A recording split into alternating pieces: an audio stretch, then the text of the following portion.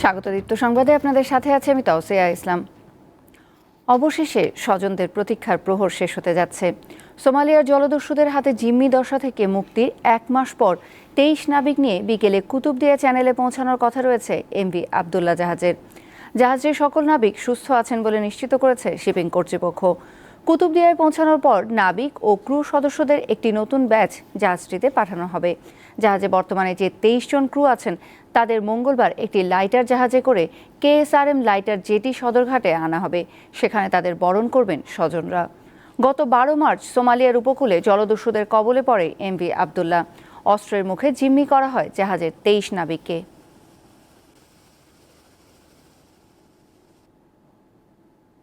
পাবনার আটঘরিয়া উপজেলা পরিষদ নির্বাচনে বর্তমান চেয়ারম্যান তানভীর ইসলাম ও অপর এক প্রার্থীর সমর্থকদের মধ্যে সংঘর্ষ হয়েছে।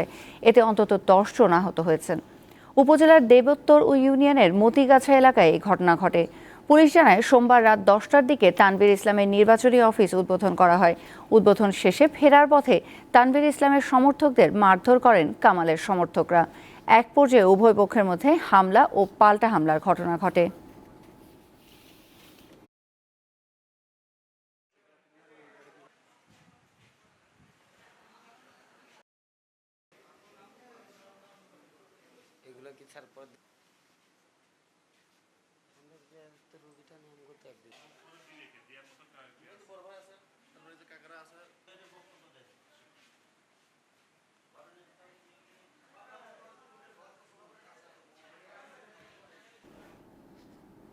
চালুর আগেই বন্ধ হয়ে গেছে প্রায় 11 কোটি টাকা ব্যয়ে নির্মিত মুন্সিগঞ্জ পৌরসভার পানি শোধনাগার। 3 দফা মেয়াদ বাড়িয়ে শোধনাগার নির্মাণ প্রকল্পের কাজ শেষ হলেও প্রকল্পটি এখনও হস্তান্তর হয়নি। ঠিকাদার জনস্বাস্থ্য প্রকৌশল অধিদপ্তর ও পৌরসভার মধ্যে রয়েছে সমন্বয়হীনতার অভিযোগ। এতে সুপেয় পানি থেকে বঞ্চিত হচ্ছেন লক্ষাধিক মানুষ। মুন্সিগঞ্জ শহরের হাটলক্ষ্মীগঞ্জ এলাকায় সুপেয় পানি সরবরাহে শোধনাগার নির্মাণের দায়িত্ব দেওয়া হয় ইউনুস অ্যান্ড ব্রাদার্স নামে এক ঠিকাদারি প্রতিষ্ঠানকে। 6 বছর আগে প্রায় 11 কোটি টাকা বরাদ্দে প্রকল্পের কাজ শুরুর কথা থাকলেও 1 বছর বিলম্ব হয়। দফায় দফায় মেয়াদ বাড়িয়ে শেষ হয় প্রকল্পের কাজ। তবে এখনও প্রকল্পটি বুঝে নেয়নি সংশ্লিষ্ট বিভাগ। এতে বেড়েছে জনভোগান্তি। পানিগুলা একদম রাব হয়ে গেছে। এই পানিগুলা দিয়া মানুষ গোসল করতে পারে না। কাজ শেষ হওয়ার পরে আমরা 3-4 মাস চালাইছি কোম্পানি। 3-4 মাস চালানোর পরে এটা বন্ধ 2-3 মাস ধরে। অতি শীঘ্রই যাতে এই ওয়াটার ট্রিটমেন্ট প্ল্যান্টের কাজটি সম্পূর্ণ করা হয়, আমরা যাতে বিশুদ্ধ পানি পান করতে পারি। এটা চালু হইলে আমাদের নদীর যাওয়া লাগতো না, আমরা পচা পানিতে আর গোসল করতে পারতাম না। আমরা এই পানি দই গোসল করবো, রান্না বান্না করবো, খাওয়া দাওয়া এই পানি দই। গোসল করলে শরীর চুলকা, কাপড় যদি পানিতে ভিজে এটা বন্ধ হয়। এই পানি নিষ্কাশন এইটা যে চালু হইব কবে হয় না হয় কোথায় 5 বছর পর্যন্ত এটা হয়ে রয়েছে। এ বিষয়ে একে অপরকে দুষছেন ঠিকাদার ও পৌর কর্তৃপক্ষ। প্রকল্প পরিচালকের অনুমোদন অনুযায়ী আমরা পৌরসভায় পানি ডিস্ট্রিবিউশন করি। আমাদের যে কন্ডিশনে 3 মাস আমরা পানি সাপ্লাই দিই। এরপরে বারবার সিডি দেওয়ার পরও তারা বুঝে নিচ্ছে না। কেন নিচ্ছে না সেটা আমরা বলতে পারতেছি না। প্রথম যারা ঠিকাদার প্রতিষ্ঠান তারা এটা 90 দিন চালু রাখবে, কিন্তু ওনারা 90 দিন সেটা মানেনি, 90 দিন চালু রাখেনি। এবং এই 90 দিন চালানোর পরে ওনারা জনস্বাস্থ্যকে বুঝিয়ে দিবে, জনস্বাস্থ্য আমাদেরকে বুঝিয়ে দিবে। প্রকল্পটি চালু হলে প্রতি ঘন্টায় 3,50,000 লিটার সুপেয় পানি সরবরাহ করা সম্ভব হবে। পৌর এলাকায় সুবিধা পাবে পৌরবাসী। দীপ্ত বার্তা কক্ষ। আগামী 15 মে থেকে বাজারে আসছে রাজশাহীর গুঠি জাতীয় আম। রোববার আম পাড়া ও বাজারজাতকরণের সময় ঘোষণা করেছে রাজশাহী জেলা প্রশাসন। আমের রাজ্য হিসেবে পরিচিত রাজশাহী গোপালভোগ, রানী পছন্দ ও লক্ষণভোগ সহ নানা জাতের সুমিষ্ট আমের উৎপাদন হয় এই জেলায়।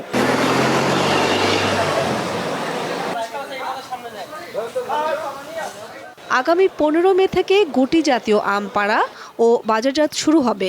গোপালভোগ, রানী পছন্দ ও লক্ষণভোগ জাতের আম বাজারে আসবে 25 মে থেকে। এছাড়া খিরসাপাত 30 মে, ল্যাংড়া 10 জুন, আম্রপালি ও ফজলি 15 জুন, বাড়ি 4 জাতের আম 5 জুলাই, আশিনা 10 জুলাই, গৌরমতি 15 জুলাই এবং ইলামতি আম পাড়া শুরু হবে 20 আগস্ট থেকে।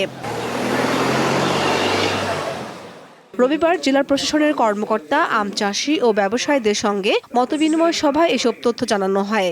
20 আগস্ট থেকে ইলামতি, কাটিমন ও বাড়ি আম 11 সারা বছর পরিপক্ক হওয়া সাপেক্ষে বাজারজাত করা যাবে। এর বাইরে যদি কেউ কার্বাইড দিয়ে আম বাজারজাত করে রাজশাহীর দীর্ঘদিনের ঐতিহ্য এবং সুনাম ক্ষুণ্ণ করতে চান, তাদের বিরুদ্ধে প্রশাসনিকভাবে কঠোর ব্যবস্থা গ্রহণ করা হবে। বেঁধে দেওয়া সময়ের আগে আম বাজারজাত করলে বাগানীদের বিরুদ্ধে আইনানুগ ব্যবস্থা নেওয়ার হুঁশিয়ারি দেন তিনি। দীপ্ত, বার্তাকক্ষ। এবারে থাকছে উদ্দীপ্ত, যা কিছু ভালো ও উদ্দীপনার।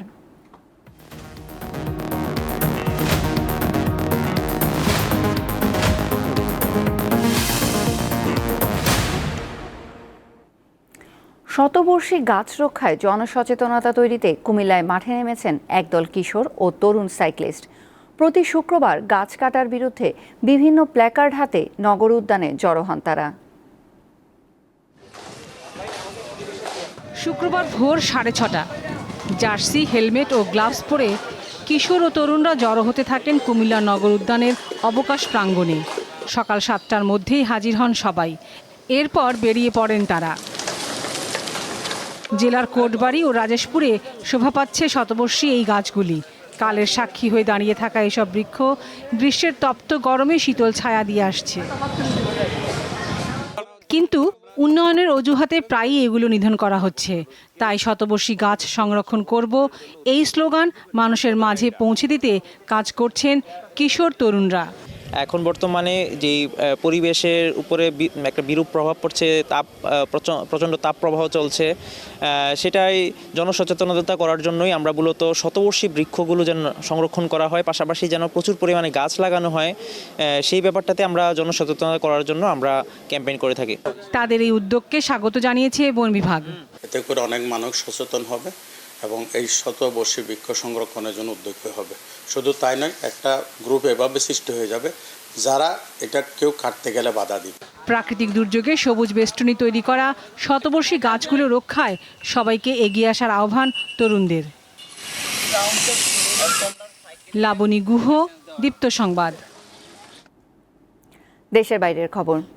ভারতের 18তম লোকসভা নির্বাচনে চতুর্থ দফার ভোট গ্রহণ চলছে। এ দফায় অন্ধ্রপ্রদেশের 25, তেলেঙ্গানার 17, উত্তরপ্রদেশের 13, মহারাষ্ট্রের 11 এবং মধ্যপ্রদেশ ও পশ্চিমবঙ্গের 8টি করে আসনে লড়াই হচ্ছে। এছাড়া বিহারের 5টি আসনে, ওড়িশা ও ঝাড়খণ্ডের 4টি করে এবং জম্মু ও কাশ্মীরের 1টি করে আসনে ভোট গ্রহণ চলছে। সমাজবাদী পার্টির শীর্ষ নেতা অখিলেশ যাদব সহ 1717 প্রার্থীর ভাগ্য নির্ধারণ হবে আজ। খেলার খবর। সিরিজের শেষ ম্যাচে বাংলাদেশকে 8 উইকেটে হারিয়েছে জিম্বাবুয়ে। 4-1 ব্যবধানে সিরিজ জিতলেও ব্যাটাররা কেউই ছিলেন না ধারাবাহিক। জিম্বাবুয়ের বিপক্ষে পুরো সিরিজে কারো রানই 300 ছোঁয়নি। তারপরও বিশ্বকাপের প্রস্তুতি বেশ ভালো হয়েছে বলে মনে করেন টাইগারদের অধিনায়ক নাজমুল হোসেন শান্ত। বিশ্বকাপে খেলার যোগ্যতা প্রমাণে ব্যর্থ জিম্বাবুয়ের সাথে সিরিজ আয়োজনের পেছনে বোর্ডের যুক্তি ছিল ব্যাটারদের অনুশীলন আর মনোবল বাড়ানোর সুযোগ দেয়া, কিন্তু জিম্বাবুয়ে সিরিজে তা দেখা গেল না। পর্যাপ্ত রান তুলতে না পারায় ম্যাচের পরেও তাই সেন্টার উইকেটে আলাদা অনুশীলনে সুপারস্টার সাকিব আল হাসান। অবশ্য বাংলাদেশের অধিনায়ক শান্ত মনে করেন জিম্বাবুয়ের বিপক্ষে করা স্কোরই টি-20-র স্বাভাবিক রান। আইপিএলের সাথে ইন্টারন্যাশনাল মিলানোই যাবে না। আমার মনে হয় লাস্ট ইয়ার পিএসএলেও এরকম 200+ রান হয়েছে, 250 রান হয়েছে। বাট ইন্টারন্যাশনাল আমি যতটুকু জানি যে 160 to 175, 180, 200 রান যদি কোনো টিম করে এটা খুব ভালো একটা স্কোর এবং এটা সচরাচর রেগুলার কিন্তু দেখা যায় না। তো আমার মনে হয় যে ওয়ার্ল্ড কাপে এরকমই রান হবে, এটা আমি এক্সপেক্ট করি 160 থেকে 180-র ভিতরেই থাকবে ভালো উইকেটে। এবং এর ভিতরেই বোলারদের ডিফেন্ড করতে হবে বা এর রানগুলো চেস করতে হবে। প্রথম 2 ম্যাচ ছাড়া বাকিগুলোতে হারতে হারতে কোনো রকমে মান বেঁচেছে টাইগারদের। দুর্বল দলের বিপক্ষে হলেও এমন ম্যাচকে ইতিবাচক হিসেবেই দেখেন শান্ত। একটা ক্লোজ ম্যাচ আমরা জিতেছি, যেটা আমাদের দরকার ছিল, কারণ এই ধরনের ম্যাচ কিন্তু সামনে যে সিরিজ বা টুর্নামেন্ট আছে এই ধরনের ম্যাচ কিন্তু আসবে। সো ওই সময় আমরা আমাদের প্ল্যানটা কীভাবে এক্সিকিউট করছি, বোলাররা কীভাবে তার প্ল্যানটা এক্সিকিউট করছে এবং ওই সময় আমরা কতটুকু কাম থাকছি, ওই জিনিসগুলোই কিন্তু আমরা প্র্যাকটিস করেছি। এবং আমার মনে হয় যে ক্লোজ ম্যাচগুলো যেগুলো আমরা খেলেছি বলা যেতে পারে যে ওদের হাতে ম্যাচটা ছিল একটা সময়, বাট ওইখান থেকে আমরা যেভাবে কামব্যাক করে ম্যাচ জিতেছি এটা একটা পজিটিভ দিক। শেষ ম্যাচে খারাপ বোলিংকে দায়ী করলেও দলে থাকা ওপেনাররাই বিশ্বকাপে ভালো করবেন বলেও আত্মবিশ্বাস অধিনায়কের। বিশ্বকাপের বছর, তাই প্রস্তুতির জন্য ঘরের মাঠে সিরিজ আয়োজন। কিন্তু জিম্বাবুয়ের মতো দুর্বল দলের বিপক্ষেও ঘরের মাটিতে টানা 5 ম্যাচে ব্যাটিংয়ের হতশ্রী চেহারার সাথে সাথে শেষ ম্যাচে কপালে জুটল এক লজ্জাজনক হার। তাতে কেবল প্রস্তুতি না, খেলোয়াড়দের মনোবলেও ধাক্কা লাগতে পারে। মিরপুর শেরেবাংলা জাতীয় স্টেডিয়াম থেকে তৌসিয়া ইসলাম, দীপ্ত স্পোর্টস।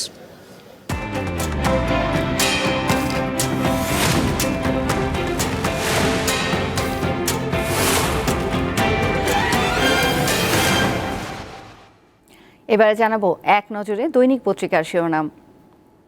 আমার হাতে শুরুতেই আছে দৈনিক প্রথম আলো।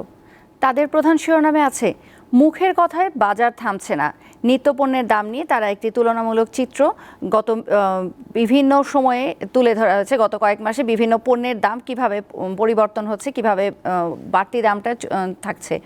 এর বাইরেও আছে কঠিন দুই বিষয়ে ভালো করার প্রভাব ফলাফলে। এসএসসি পরীক্ষার ফল গতকাল প্রকাশ হয়েছে, আপনারা জানেন, যেখানে জিপিএ 5 পাওয়া শিক্ষার্থীর সংখ্যা অনেক বেড়েছে। এর বাইরেও আছে রাজশাহী বিশ্ববিদ্যালয়ে ছাত্রলীগের দুই পক্ষের সংঘর্ষ, শাখা ছাত্রলীগের সভাপতি ও যুগ্ম সাধারণ সম্পাদকের অনুসারীদের মধ্যে এই সংঘর্ষ ঘটেছে। এছাড়াও গাজায় নৃশংসতার প্রতিবাদ, যুক্তরাষ্ট্রে বিক্ষোভ থেকে 50 অধ্যাপক আটক। এরপরে আছে দৈনিক যুগান্তর। তাদের প্রধান শিরোনামেও ছবিসহ তারা চেপেছে গতকালের এসএসসি পরীক্ষার ফল প্রকাশের খবরটি। এসএসসি ও সমমান পরীক্ষার ফল প্রকাশ, টানা 5 বছর মেয়েরা এগিয়ে। 100% পাশের শিক্ষা প্রতিষ্ঠান বেড়েছে 614টি। এর বাইরেও এই ফলাফল প্রকাশের বিষয়ে এসএসসির ফল প্রকাশ অনুষ্ঠানে প্রধানমন্ত্রী জানতে চেয়েছেন ছেলেরা সংখ্যায় কম কেন, ফলে কেন পিছিয়ে।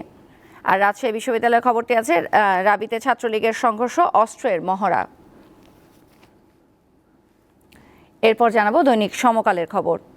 তাদের প্রধান শিরোনামেও আমরা দেখতে পাচ্ছি ফটো ফিচার সহ তারা চেপেছে এসএসসি পরীক্ষার রেজাল্টের খবরটি। পূর্ণ সিলেবাস, পূর্ণ নম্বরেও হেসে খেলে পাস, এটি তারা ফলাফল বিশ্লেষণ করেছে। পাশের হার বাড়লেও কমেছে জিপিএ 5-এর সংখ্যা, এটি তারা আলাদা করে জানিয়েছে। এর বাইরেও আছে বাড়তি রাজস্ব সংগ্রহে কর ছাড় ও অব্যাহতি কমাবে এনবিআর। আরও আছে উপজেলা নির্বাচন নিয়ে, তৃতীয় ধাপে নির্বাচন নিয়ে খবর। মাঠ ছাড়েননি এমপির স্বজন, বিএনপির নেতারা। এরপর আছে দৈনিক ইত্তেফাক। তাদের প্রধান শিরোনামের জায়গায়ও আমরা দেখতে পাচ্ছি ফটো ফিচার সহ এসএসসি পরীক্ষার ফলাফলের খবরটি। সেখানে তারা বলছে সব সূচকেই এগিয়ে মেয়েরা। এসএসসির ফল, কমেছে জিপিএ 5, বেড়েছে পাস, গণিত ও ইংরেজিতে ভালো ফল। জিপিএ 5 পেয়েছে 1,82,129 জন। সেই সাথে গড় পাশের হার সারা দেশে 83.04%। এর বাইরে প্রধানমন্ত্রী সংবাদটি আছে ছেলেরা কেন কিশোর গ্যাংয়ে জড়াচ্ছে খুঁজে বের করুন, জানিয়েছেন প্রধানমন্ত্রী। এর বাইরেও আছে সোনালী ব্যাংকের সঙ্গে একীভূত হচ্ছে বিডিবিএল, 2 ব্যাংকের চুক্তি স্বাক্ষর, চাকরি হারানোর আতঙ্কে বিডিবিএল এর কর্মীরা। এরপর জানাবো দৈনিক কালের কণ্ঠের খবর। তাদের প্রধান শিরোনামটাও অনেকটা একই রকম, সবার মতোই তাদেরও দেখতে পাচ্ছি ফটো ফিচার সহ তারা চেপেছে এসএসসি পরীক্ষার ফলাফলের খবরটি। গণিতের কারণে জিপিএ 5 কমেছে, পাশের হার ও জিপিএ 5 দুটোতেই মেয়েরা এগিয়ে। এর বাইরেও প্রধানমন্ত্রী যে জানতে চেয়েছেন ছাত্রদের পিছিয়ে পড়ার কারণ খুঁজে বের করতে হবে, সেটি এসেছে। আর তাদের আরেকটি সংবাদ আছে ডলার উধাও, ডলার সংকট নিয়ে তাদের বিশেষ প্রতিবেদন। এই ছিল আজকের প্রধান পত্রিকার শিরোনামগুলো। শেষ করছি দীপ্ত সংবাদ। আমাদের পরবর্তী সংবাদ বেলা 12টায় দেখার আমন্ত্রণ রইল। এছাড়াও অনলাইনে আরও নতুন তথ্য পেতে যুক্ত থাকুন দীপ্তর ডিজিটাল প্ল্যাটফর্মগুলোতে।